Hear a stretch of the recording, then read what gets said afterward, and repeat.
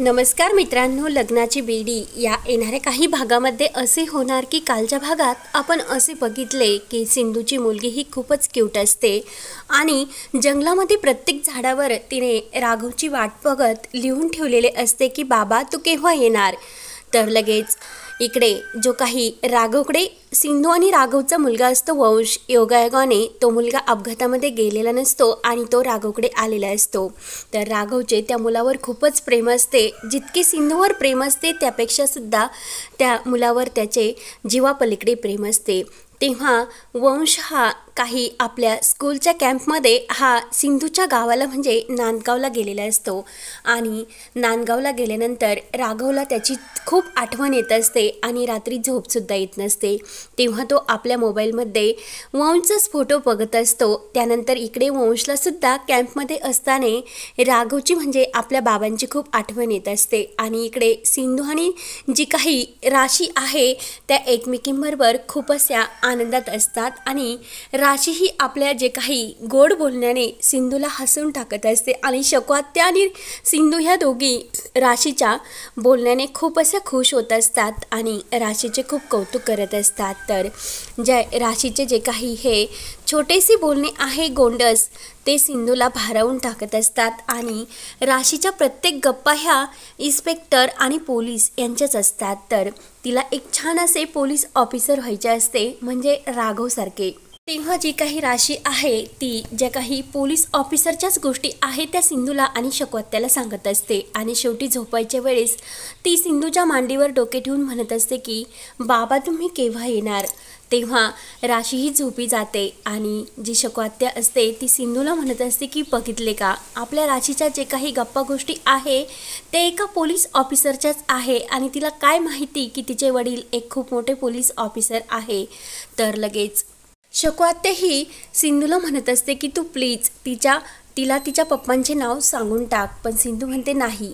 तेव्हा सिंधू उषा मावशीला म्हणत असते की उषा मावशी तू प्लीज जो काही झालेला विषय आहे तो घेऊ नको, कारण भूतकाळातील जे काही गोष्टी घडलेल्या आहे त्याचा विषय मला घ्यायचा नाही। पण सिंधूला सुद्धा खरंच राघवची खूप आठवण येत असते। तेव्हा शकवात्या म्हणत असते की नाही, सत्य हे कधीच लपत नसते आणि एक ना एक दिवस तुला तिच्या बाबांचे नाव हे तुला सांगावेच लागणार। तेव्हा सिंधूला घर सोडताना राघव तिच्यावर जे काही रागवलेला असतो ते सर्व क्षण आठवतात। ती उषा मावशीला म्हणत असते की जे काही झाले ते माझे एक अतीत होते आणि तो भूतकाळ मी केव्हाही परत काढू शकत नाही, कारण मी माझ्या जीवनाला राशीच्या ह्या आयुष्याने नवीन सुरुवात केलेली आहे। त्यामुळे प्लीज उषा मावशी तू त्या आठवणी काढू नको।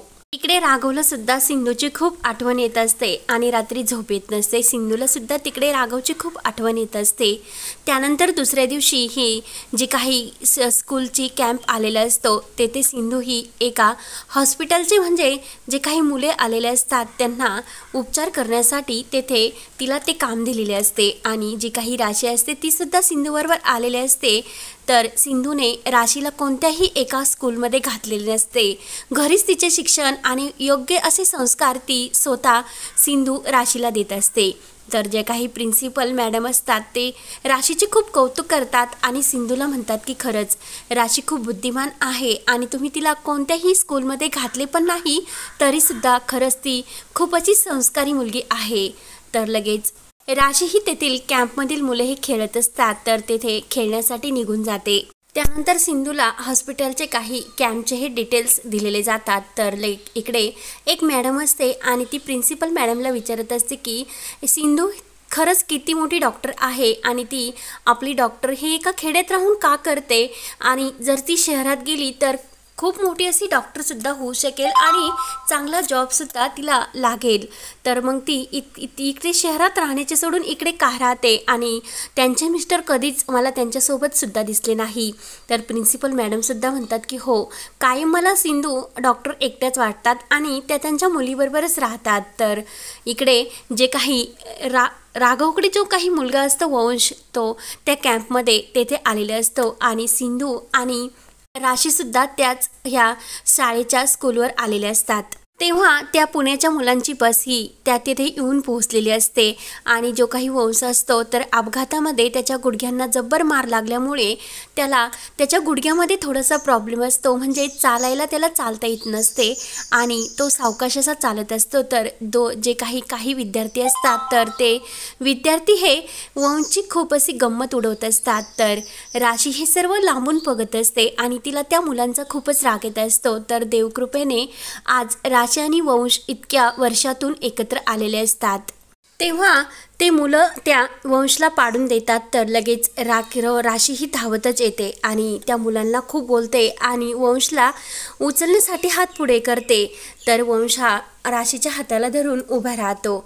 तर लगेच राशी असते त्या मुलांना खूप अशी त्यांची पिटाई करते आणि तर वंश हा राशीला थँक्यू बोलतो। तर लगेच राशी म्हणते की वेलकम।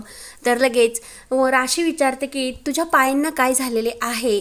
तर लगेच वंश सांगू लागतो की जेव्हा माझा लहानपणी हेच काहीतरी झाले असणार आणि त्यामुळे मला चालता येत नाही, याचा आधार धरून मला चालता येतंय। तेव्हा राशी विचारते की माझ्याही खरंच डॉक्टर आहे आणि आता या कॅम्पमध्ये ती आलेली सुद्धा आहे, त्यामुळे ती तुला खरंच बरं करील। तर वंश म्हणत असतो की खरंच। तर लगेच राशी विचारते की तुझं नाव काय आहे। एकमेकांना एकमेकांची नावे सांगून राशी वंशचा हात धरते आणि त्याला घेऊन आपल्या आईकडे जाते। तर लगेच त्याचा तिथे गेल्यानंतर तोल सावरायला लागतो। सिंधू ही आपल्या कॅम्पमधील मुलांना चेकअप करत असते आणि त्यांचे वेट हे घेत असते। तर तेवढ्यात वंशचा तोल गेल्यामुळे सिंधू लगेच त्याला धरते आणि तो सिंधूच्या मिठीत येतो। तेव्हा सिंधूला मिठीत आल्यानंतर वेगळाच असा स्पर्श होतो, जसा लहानपणी तिने वंशला आपल्या मिठीमध्ये घेतलेले असते आणि ते सर्व क्षण तिला आठवतात, कारण वंशच तिच्या मिठीत पडल्याचे क्षण तिला आठवतात आणि योगायोगाने खरंच आज वंश आणि सिंधूची सुद्धा भेट झालेली असते। वंश सुद्धा इतक्या प्रेमाने सिंधूच्या मिठीत येतो की जशी त्याला त्याची एक आईच भेटली। तर वंशच्या तोंडातून आई हा शब्द निघून जातो। तर लगेच राशी म्हणते की ही माझी आई आहे, तू माझ्या आईला आई हा शब्द का म्हटलास। तर लगेच वंश म्हणतो की मी चुकून हा शब्द म्हणून गेलो, कारण मला आय एम सॉरी म्हणायचे होते। तेव्हा सिंधू त्या बाळाला नाव विचारते। तर तो बाळ नाव सांगतो की वंश।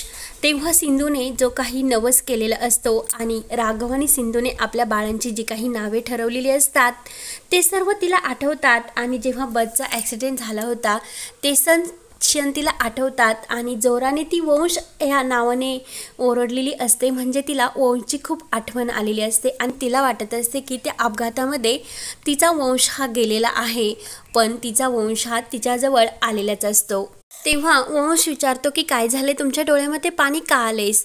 तर लगेच सिंधू म्हणते की काय नाही, काहीतरी आठवण आली म्हणून माझ्या डोळ्यामध्ये पाणी आले। तर सिंधू विचारते की तुझ्या पायांना हे केव्हापासून त्रास होतो। तर लगेच वंश सांगतो की मी अगदी छोटासा लहान होतो। तर सिंधू विचारते यावर काही गोळ्या औषधं चालू आहे का। तेव्हा वंश आपल्या बॅगमधून जे काही गोळी चालू असते ते सिंधूला दाखवतो। तर लगेच राशी म्हणत असते की माझी आई तुला नक्की बरे करेल। तर लगेच वंश विचारतो की खरंच मी नक्की बरा होऊ शकेल का, आणि जे काही स्कूलचं हे रेसिप असतं त्याच्यामध्ये खरंच मी भागसुद्धा घेऊ शकेल का। वंश सांगतो की मला स्कूलच्या जे काही रेस आहे त्याच्यामध्ये पार्टिसिपेट करायचे, मी खरंच भाग घेऊ शकतो का। तर सिंधू विचारते हो नक्की। तेव्हा सिंधू म्हणत असते की वंश तुझे जे काही स्वप्न आहे ना ते नक्की पूर्ण होईल आणि तू स्कूलच्या रेसमध्ये पार्टिसिपेटसुद्धा करू शकतो आणि लवकरात लवकर तू बरा होईल, त्यासाठी तू हे स्वप्न बघायचे आणि ते स्वप्न सत्यात कसे उतरायचे हे तुझ्या हातात आहे, त्यामुळे आपण स्वतः हिंमत हारायची नाही। तर वंश सांगतो की माझे बाबासुद्धा मला हेच सांगतात। तर वंशमध्ये आत्मविश्वास जागा होतो आणि तो म्हणतो की खरंच डॉक्टरांती तुम्ही खरंच खूप छान आहात आणि खरंच मला तुम्ही खूप आवडल्या, मी तुम्हाला भेटण्यासाठी उद्या परत येईल। तर सिंधू म्हणते की ठीक आहे, तू आता निश्चय केलेलाच आहे ना, त्यामुळे तू खरंच शाळेच्या ह्या रेसमध्ये खरंच पार्टिसिपेट होऊ शकेल आणि तुझे स्वप्न लवकरच पूर्ण होईल। तेव्हा वंश आपल्या कॅम्पमध्ये परत निघून जातो। तर लगेच राशी विचारते की आई खरंच वंश बरा होईल ना। तर सिंधू म्हणते की हो। तर लगेच इकडे सिंधू आपल्या घरी आलेली असते आणि तिला वंशची खूप आठवण आलेली असते आणि तिला वाटत असते की खरंच माझा वंशच मला भेटला की काय, म्हणून ती स्वप्नातच असते।